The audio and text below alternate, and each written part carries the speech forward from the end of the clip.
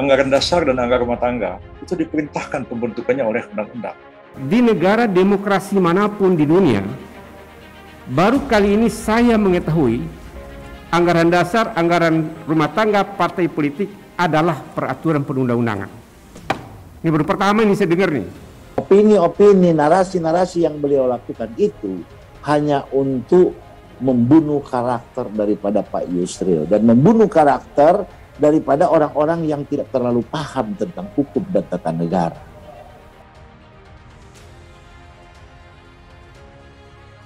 Anggaran dasar partai, anggaran rumah tangga partai adalah satu peraturan-peraturan partai itu sendiri yang dibentuk atas dasar apa?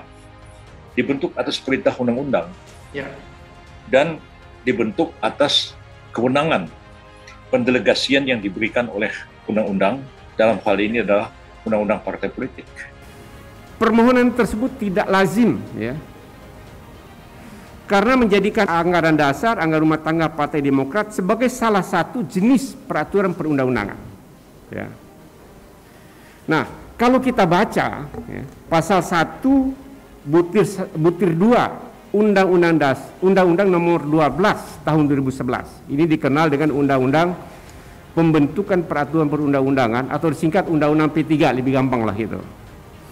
Tentang pembentukan peraturan perundang-undangan memberi batasan tentang peraturan perundang-undangan, yaitu peraturan tertulis yang memuat norma hukum yang mengikat secara umum, dibentuk dan ditetapkan oleh lembaga negara atau pejabat yang berwenang melalui prosedur yang ditetapkan dalam peraturan perundang-undangan.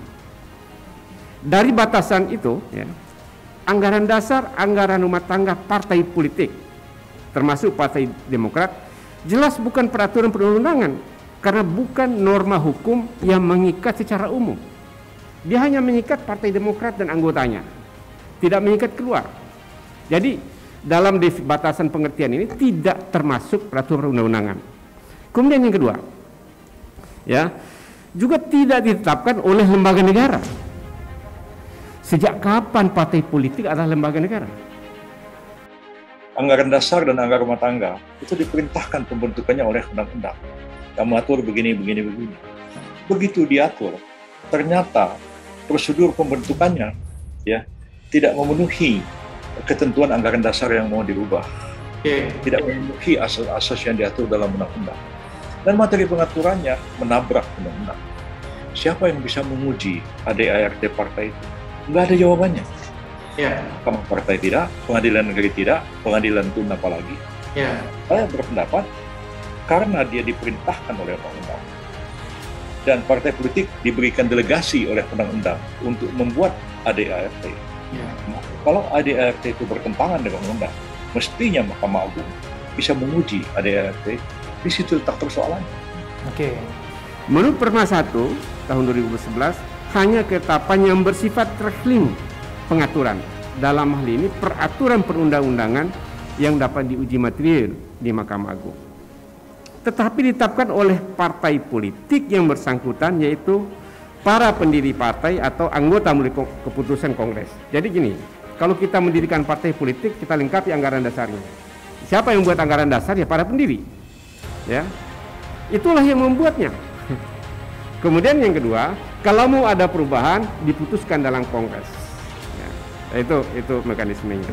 Jadi Kongres itulah yang menentukan.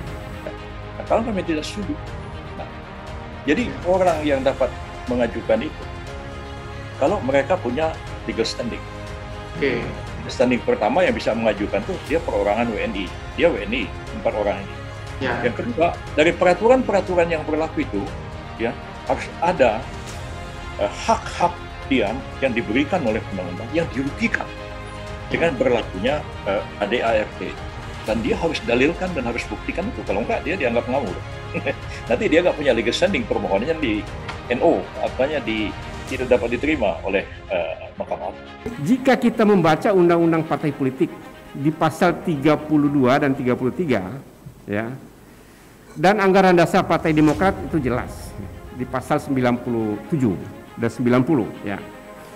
Tidak perlu, ya, pemohon ini mencari terobosan hukum untuk menyelesaikan keberatan terhadap anggaran dasar Partai Demokrat.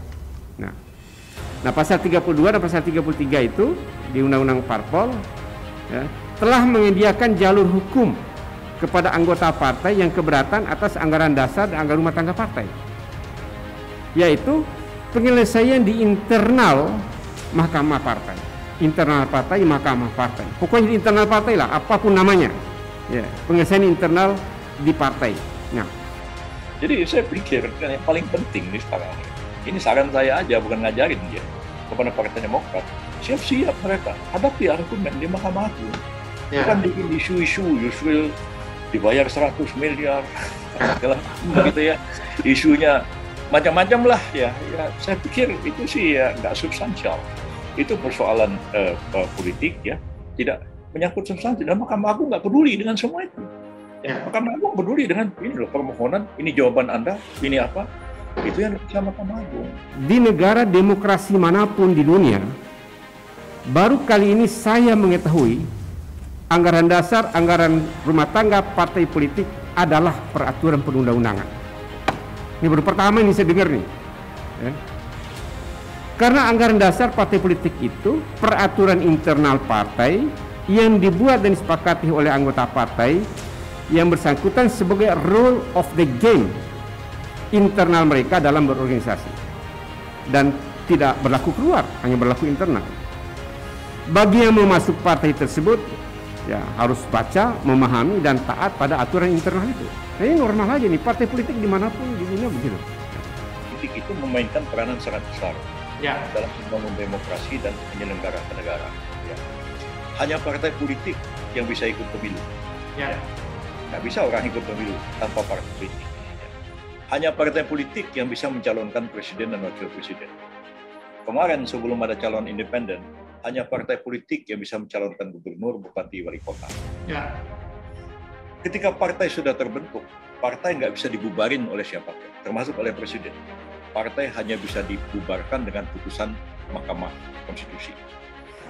Nah, ketika fraksi partai terbentuk di DPR RI, dia menyeleksi calon Panglima TNI, ikut menyeleksi calon duta besar, calon Kapolri, calon komisioner KPK, dan lain-lain sebagainya. Nah, sementara kalau partainya itu sendiri centang perenang beradul, nggak demokratis, gimana dia mau membangun demokrasi? Ya. Jadi demokrasi itu harus dimulai dari partai. Kita tidak bisa membayangkan ada demokrasi tanpa partai. Jadi, saya perlu tegaskan, walaupun pada masa Orde Baru, partai politik itu dibentuk dengan undang-undang. Dalam Undang-Undang Nomor 375 itu ada 3 partai politik dibentuk undang-undang. Tapi tidak pernah anggaran dasarnya merupakan peraturan perundang-undangan. Tidak pernah. Opini-opini, narasi-narasi yang beliau lakukan itu hanya untuk membunuh karakter daripada Pak Yusril dan membunuh karakter daripada orang-orang yang tidak terlalu paham tentang hukum dan tata negara.